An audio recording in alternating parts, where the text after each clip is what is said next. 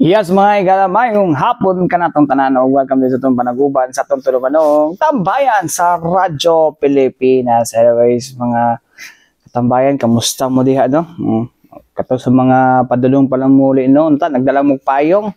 Well, nagpabalo naman ko daan kay ganiya sa ano, sa pang-agrikultura nga dapat kada hapon magdala na kitag payong, no? Kung dito magdala og payong nya mabtantag ulan hastang malasag nato na pastong kano sa to nagtanaming circus last Tuesday night ba to nga abi na ako ko nagtalig nag-ulan na to sus nagdadala po payong nawala man ang ulan sus pagkagabi ining bundak hinuon ng ulan.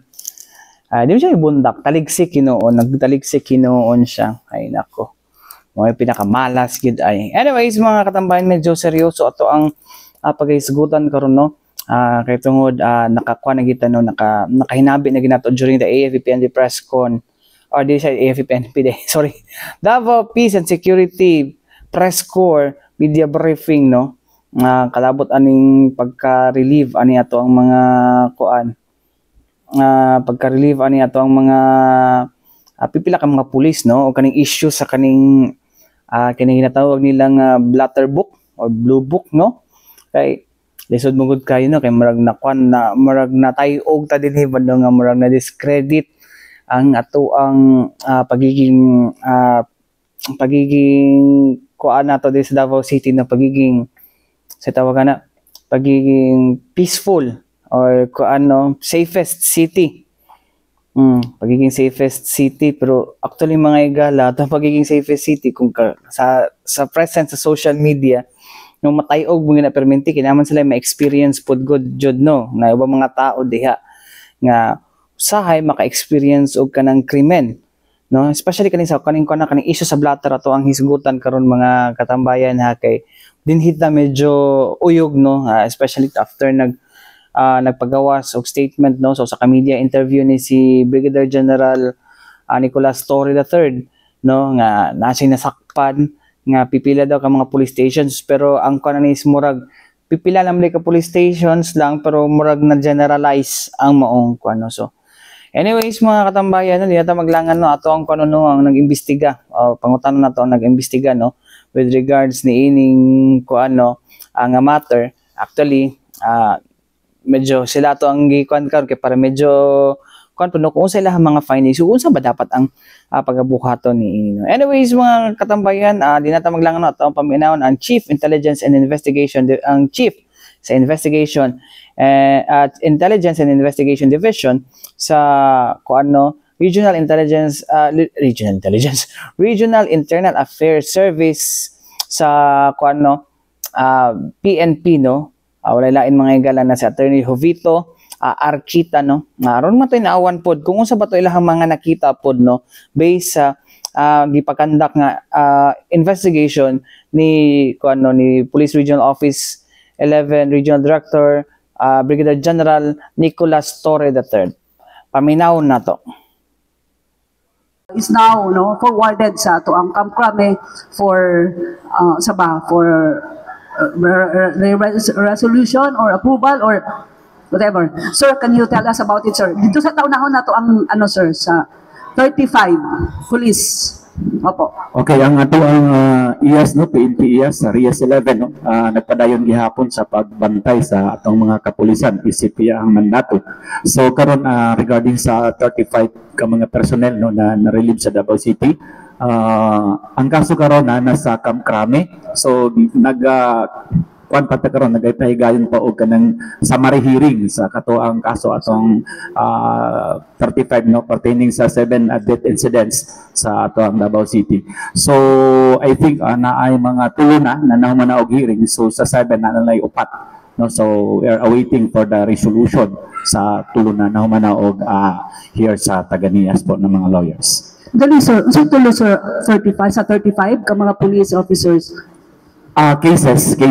So sa isa ka kaso dunay mga siyam hepe o ayahang deputy, ayahang ground commander and firer, mga BWCRD bearers. So sa isa ka kaso daghan nga mga personahe nato ang na-involved na nakasuhan. Unsa to nga mga kaso, attorney? Ang ato ang ginakaso no, grave misconduct and in relation to sa katong deaths no, sa homicide no, sa atong revised penal code. So kung ang ebidensya to strong, so magwarrant po ni siya og dismissal no sa atong kapulisan no, na involved. Muna ang atong depende kung unsa ang participation sa atong mga personnel involved. Kung hepe ba siya, command responsibility, kung siya ang firer, kung ordinary ARD BWC bearer lang siya, depende sa ilahang tasking. Okay, so lahat ng 35, sir, may kaso. Tama ba yun? Meron po, ma'am. May kaso. Okay. So, kailan natin i-expect, sir, na malabas po yung resulta? Ang kamkrami na kasi ang naghawak ng kaso, ma'am. So, depende kasi ang mga lawyers natin din sa mga respondents, no? May mga ini-exhaust nila lahat ng mga avenue, no? Para din madepensahan yung mga kapulisan natin, no? So, depende lang yan sa process na yan ng mga respondents, ma'am. Okay. Sige, sir. So, officers, attorney.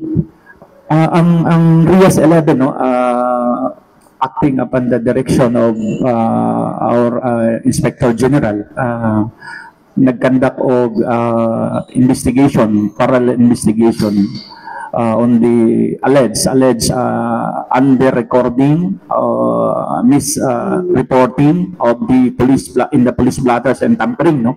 So I think isa siya sa ground sa ilahang relief, no? So sa R7 ginabalidate na mo ilang report, and then we found out also nga naagiday mga tawagon nato na mga misreporting, either inadvertently ba. So, well, ang R7, ang nag-conduct naman sila investigation and nanapang po yung kasuhan. So, base sa interview ni RD nato, Torre, na because of that misreporting or alleged tampering sa police blotters, one of the reasons why na-relieve ang atong mga pipila ka mga hepe, no? So upon validation sa to ang RIAS 11, we also found out na meron talagang mga ganun. May mga dalawang blatter, yung isang blatter hindi pareha ang laman doon sa iba. And all in all, itong mga na ito, misreporting na nangyari, nag-affect, no, sa crime rate natin sa Davao, sa crime stat natin. So, kaya nga inuno namin na baka lang siguro may hindi siguro yung MC natin patining sa crime reporting doon sa kanang Seras, saka doon sa stats, no?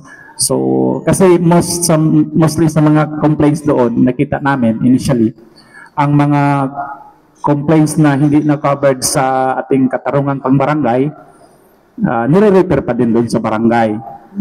Oo, so hindi na sa kasali doon sa pag-report natin ng crime stat. Very basic kasi ang sa barangay natin, sa katarungan pang barangay natin is kung not more than 1 year, hindi mo na sa barangay. Kahit na nagsaksakan pa yun dyan sila, kung request ng party na sa barangay magkano, so maka-affect talaga siya kasi hindi naman siya ma-encode sa SIRAS. So pag ng crime stat natin, baba talaga yung crime rate natin. So binabalidate lang namin yan na mga isa sa nakita namin yung dalawang blatter. Ito ay findings ng R7. Oo. So pagdating doon sa cases na referred to barangays, so hindi na at saka yung iba pa na for record purposes nilang yung nakamark doon.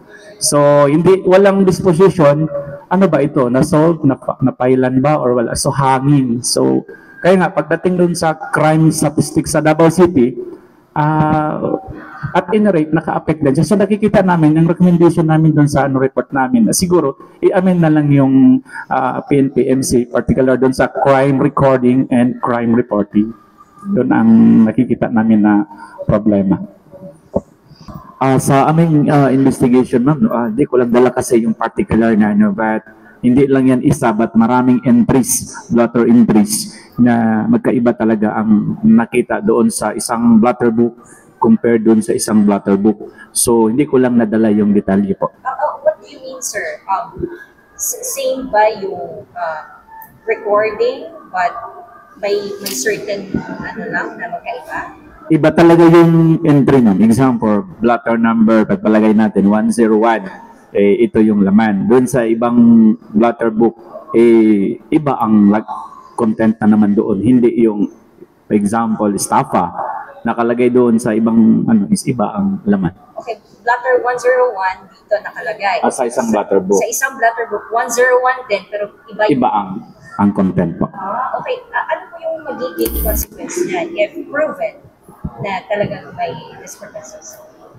Well, nag-conduct na yung region natin ng investigation, no? Kung i-proven na mayroong tawagin nating misreporting or under-recording base sa INC natin. No? So, penalize talaga yung may kagagawan if maliciously not in good faith man lang. Baka lang na ano lang kasi nakita din namin na kulang talaga ng manpower ng station natin. So during wee hours usually dyan nangyari yung mga tinitingnan namin. So sabi nila, sir, magpatrol pa kami pag may magpunta dito sa desk namin, ganito ganyan, i-ano namin na sa computer. So pag transfer namin doon sa blotter book, sir, minsan di namin na-transfer agad. So tinitingnan din namin yung good faith ng ating kapulisan. Pero if proven man, may ebidensya or may ano man na wala, maliciously, ma-penalize talaga sila. Miss Jenny, kadili lang ha. Iklaro na to, attorney, sa 19 police stations, pila man ka mga police station, kay I believe, dili tanan, dili 19 tanan, pila, para mas klaro, attorney.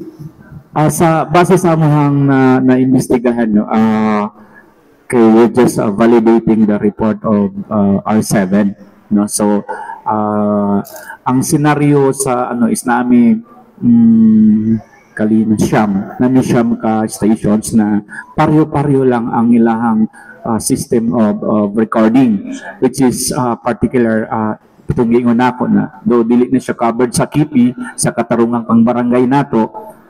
Still, referred lang yapon nila dito. Which is the reason why, because naman sa itong MC, na once barangayable siya na kaso, dili na nato i-encode sa SIRAS.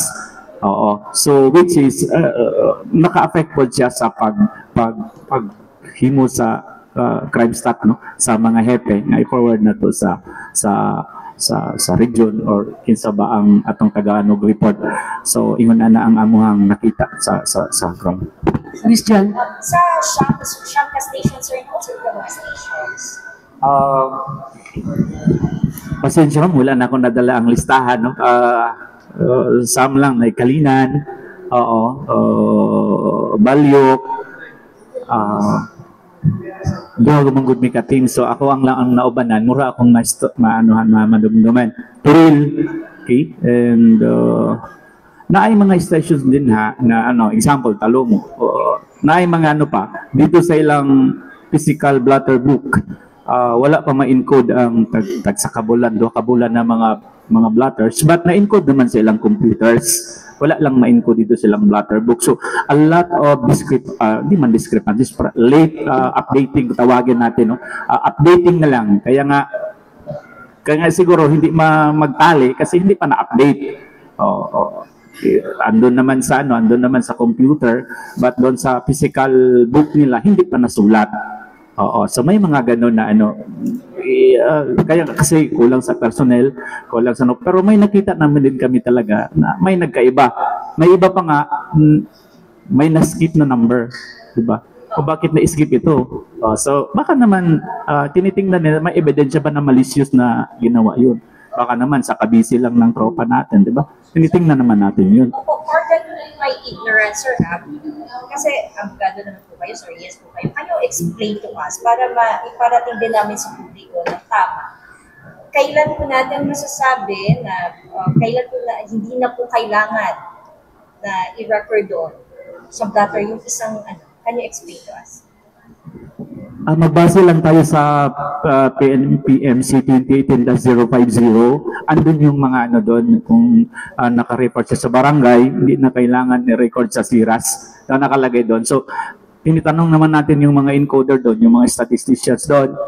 Tama naman sila. Kasi lang, yun na nga, may mga ano lang na nakikita natin na ito sana, example, very basic example is rent-tangay. Rent a car, rent-tangay. Very basic yan. Tinanong namin isang station, o bakit hindi ito nakasali sa kinasuhan? Sir, na-refer kasi sa barangay yan. Kasi civil case yan, may contract. Oo, ganito, ganyan. But sa paningin namin, kahit na may nirentahan niya sa umpisa, pero nang nag-demand ka na isauli mo, kasi hindi na, di karnaping na yun. Kaya rentangay, hindi nasali sa SIRAS, hindi na encode. So pag generate ng report, hindi siya kasali, na-exclude siya. So affected yung crime stat natin sa Davao. Okay? Okay. Kay Director, So, mo to mga katambayan, no, ang pahayag ni Attorney Jovito Arquita mga Higala, ang chief sa Chief Intelligence and Investigation Division sa Regional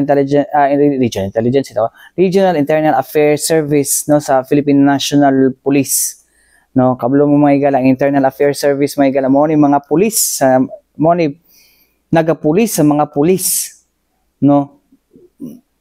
So mo daw to nalo sila bantayan, then napuday uban mga katambayan, no, napigiingon dito si Attorney Arquita nga siguro kanilaging kano uban, no, kay bisag dili barangayable nga dili referable to barangay, i-refer sa mga pulis sa barangay, no.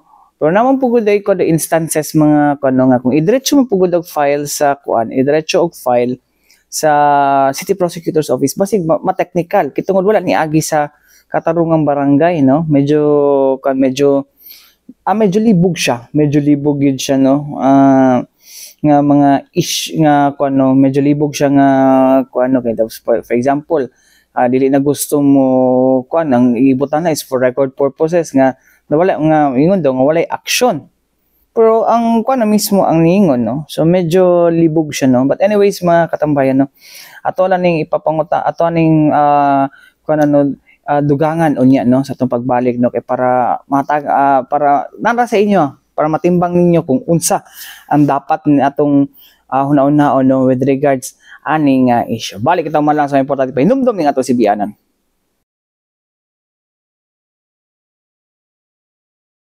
Balik kita mga katambayan din sa tuwang panag-uban sa tutuluman ng tambayan sa Radyo Pilipinas. Medyo Pasko na sa kong likod, no. Nanako ang Christmas gnome, no.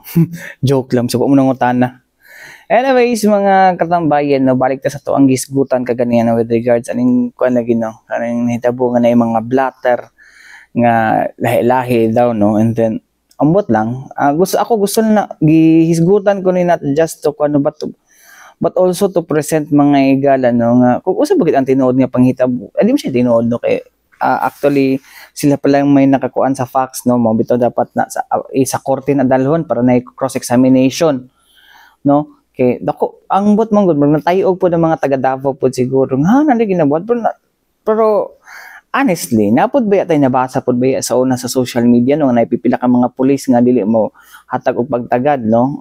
Actually pero kato siya dugay naman kay ito nga panahon, no, kanang for example nakawatan sa sakyanan ni di na ginato na mapapangita gid ma'am kanang mag-ana gud, pero actually dugay na no gi kuan na panahon pa ni I think Colonel Lupas pa na nga panahon, no, nga gihagin ang giwarningan gid ng mga pulis kung dili mo hatag og pagtagad na inyong mga pulis na isumbong sa amua, no. Actually ako nakakuan ko ana pud sa una, no, pero mo man to mga post sa social media, even mga kaila pud nako nakaingon pud, no. Pero dili po ni siya maupod, no, kay pila naman to siya ka insidente, no. Ang kuan man gud is murag mo nahulog gud tanan gud, no, murag na generalize nga murag gi kuan man gud daw according sa mga nagkuan nga kanang murag ang pagiging kuan, no, pagiging safest city sa Davao is a blunder after Brigadier General Nicolas Torre III when to in an interview, pero actually ang giamin niya dapat internal ra daw to eh. Ningon gid siya to nga internal, pero ambot lang kung nag-expect pa siya mo gawas, pero unless nga imong giingon pang pud good siguro na no, unless ingon nimo nga off the record na lang no, kay unfair pud kayo tong kapanahon niya mo nga kami na nangutan na kay General Torre, dili na man mi pakitaon na tong lubok. Anyways, mo na ni karon mohatag katinawan no based sa investigation no. Naghimo na og kanang investigation na ato ang RIAS mga higala no. Based pod sa pre-charge complaint nagi-file ito sa kuano RIDMD. Kaning R7 no. Regional Investigation Management sa banang Division, Management Division sa ato ang PRO 11 no. So kani gid okay pangutana kay namong gyud sa gid ako kapila no ko nakapablatter no, although matters na ko like physical injury wag niyo lang alamin ng anong nangyari. Physical injury kuan na siya ilan lang gikon kay slight physical lang man ilang gi-refer dito sa barangay no, o katong kuan sa kuha threat sa kuha the last time gipablatter na ako. Ilan lang gibon ito for record purposes kay dili man nila makuan pero na-initiate ko nga dapat action nila sa police, and now we know nga dapat action gid ang police whether gusto sa ato ang kuan, whether gusto sa ato ang kliyente o dili. Wa nang gikuan mo giklaro gid mga igal nang which is happy point po day ang papaimbestiga. Anyways mga katambayan no, ato ang kanuno kay ako gining pangutana no, medyo taas-taas akong pangutana ani gid no. Ngadto kang Attorney Jovito Arquita, ang Chief sa Intelligence and Investigation Division sa Regional Internal Affairs Service 11 mga higala sa Philippine National Police. Unsa ni? Paminaw na to balik si Attorney Arquita. Igawas nga dili siya dapat kuan, and then mo to gingon kagani nga na problema sa pag sa MC or sa memorandum circular sa kuan okay. Unsa pa gid ni siya?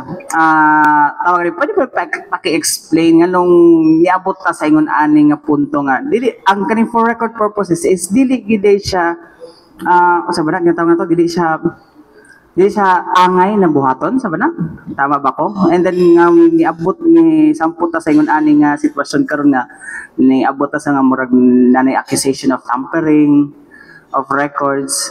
Pwede ma-explain sa mo sir?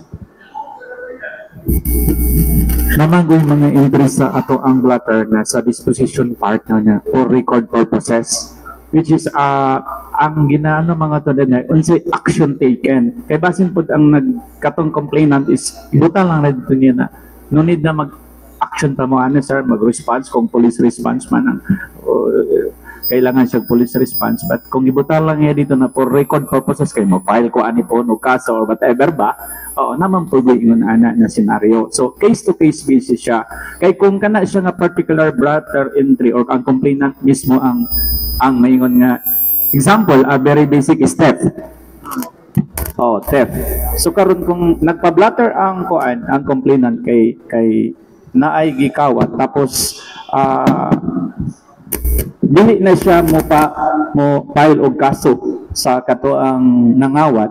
So ang mahitabo din na sa is butang ipangutana mo na mga isa ka police officer unsa atong ginahimo. So mo na kung less than 1 year depende sa gikawat yan nga nang gibutangan niya diri og for record purposes lang siya, dili naman gud decidido mag-file ang complainant sir. So ma-dismiss nang gyapon ang theft nga kaso na among i-file kay di man siya interesado. So maupod to na okay, valid man ang reason sa ato ang tropa na nganong gibutangan lang nga for record purposes. So case to case basis siya sir, case to case basis sa ang sulod sa ato ang blatter.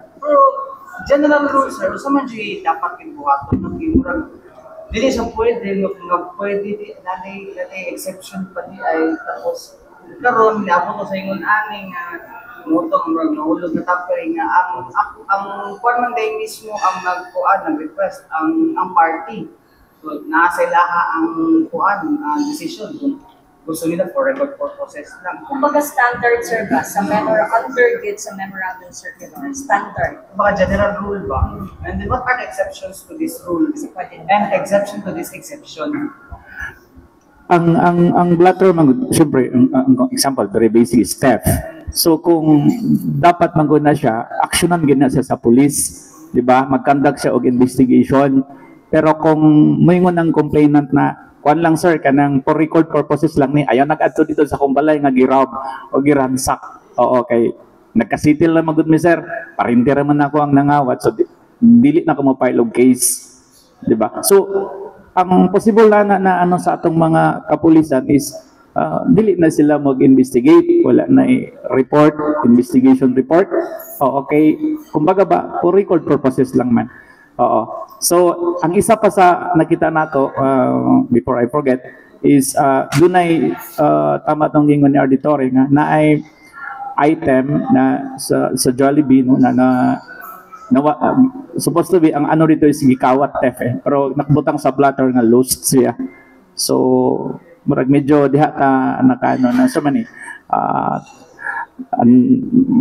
so mani gituyo ni maliciously or inadvertent lang na nabutang dito. So mo po na mga isa gi-check so naa na siya nag-exist no. Isa na sa ano sa interview ni RD Torre nato. So nay mga ingonana, So as to balik ko sa imong pangutana, it needs ba sa action sa police kung gibutang dito na record for record purposes lang. I submit na kailangan niya aksyonan, kailangan niya imbestigahan, kailangan niya para mabutang sa tong crime stat para ang overall crime environment sa Davao City makonsider siya dito sa pag-report nato. Si Mama tong pangutanan sa padiyangan. Since Davao City. Bilang ko mo comment, sir. Attorney, last na lang. Ikaw pa daw, attorney. Kaning kwan for refer to barangay mo po ni ang isa po sa mga ma-observe although there are basis sa facts nga gisaysay sa sa reporting sa mga ano grabe nilang kwan po dyan result of physical injury tapos gina-refer nila sa barangay is kani ba nga practice acceptable ang gihapon dili man gud nato mabutan ang parties kung dili sila mo file og criminal case kay mo lagi na dili man gyapon mag-execute og complaint affidavit ang kadtong complainant, di ba? So that's why kay nagsettle na sila sa barangay. So as to sa referring ito the barangay, legal ba siya or dili, depende sa iyang na-commit na crime, no? Kung less than 1 year ang imprisonment, iagi na to sa barangay. So depende sa iyang penalty. Yes. Sa maong kung saklaw siya sa katarungang pambarangay nato, saklaw sa katarungang pambarangay nato, dapat i-refer gid siya dito sa barangay. Kay mo man nato ang procedure. Otherwise kung i-file nimo na kay fiscal, i-dismiss gyapon na ni fiscal kay wala nagsubay sa tamang proseso. Di ba sir nakapay ka ng mga cases na I think 6 years of imprisonment is under RTC na siya ang matransfer ka. But under RTC and then pwede na siya lumaagi o barangay. Like mga heinous crimes. Dili na. More than 1 year naman yung imprisonment. Less than 1 year lang ang imprisonment. Iagi na to barangay. Example, basic alarms and scandal. Nagmaoy lang diha sa ano. So iagi na to nagbarangay. Kaya ang imprisonment niya nga nasa to ang RPC is less than 1 year man. And whatever pa, example, slight physical injury lang, di ba? Kailangan lang bila ka days nga yung healing period. So iagi na to nagbarangay. Otherwise, maklag ang atong court o kaso kung ato ka nang idiretso. Kung din ang concern ka ni Sir Kay, di ba naman tayo na dapat i-flag na to ang mga content cases and then karon nga na po yung aning nga issue nga gawas nga dili dapat na yung practice medyo confusing lang yun sa attorney. So mo to mga igala no ang giingon ni Attorney Arquita with regards sa ato ang kaning ginaingon nato nga for records or referred to barangay. Dapat aksyonan gid na. Tama sa gingon kaganihan, dapat aksyonan gid dayon na sa police no. But because of moto no ingon siya nga lack of manpower, katong sa una natong kuan, lack of manpower sa tong police, no? Paunsa na siya ma-reconcile. Mo na lisod karon mga katama. And then katong sa una, no, actually na no, may mga na-relieve na sa una, no, it's because na yung mga police officer sa una, no, nga kuan na nagitayo sa ginhimong na target shooting gani sa una gani, no, dito sa kuan, isa ka stasyon dira, no, nga police nga nagadula po dito droga day sa una di ay, no, nga natanggal kuan to tawagan ni na unsa ni na natanggal, gi-relieve, gibalhin, tapos sa pagkakaso sa drugs, no, na actually gipang nanay na mga na-disiplina sa una, prambot karon nga na okay paghihapon ning ani nga mga issue. But anyways, mao na tong kuno kan depende na sa inyo kung saan ninyo pagtimbang, tinuod ba ni o dili, no? Well, sa kuan, no, sa mundo ng mga panghusgang kuan, no, social media mga igala, no, daghan gid kayo tag mga spekulasyon og daghan ang gusto makisawsaw ani nga mga kuan, no, issue regarding ani ato ang pagiging kuan, no. Well, mo na gini panahon nato karon, no. But anyways mga igala, mo ka na naglangkob sa to panaguban diri sa to tulumanong tambayan sa Radyo Pilipinas. Hangtod sa po ako si Armando Finiquito. Daghang salamat ug maayong hapon, mabuhay ang bagong Pilipinas.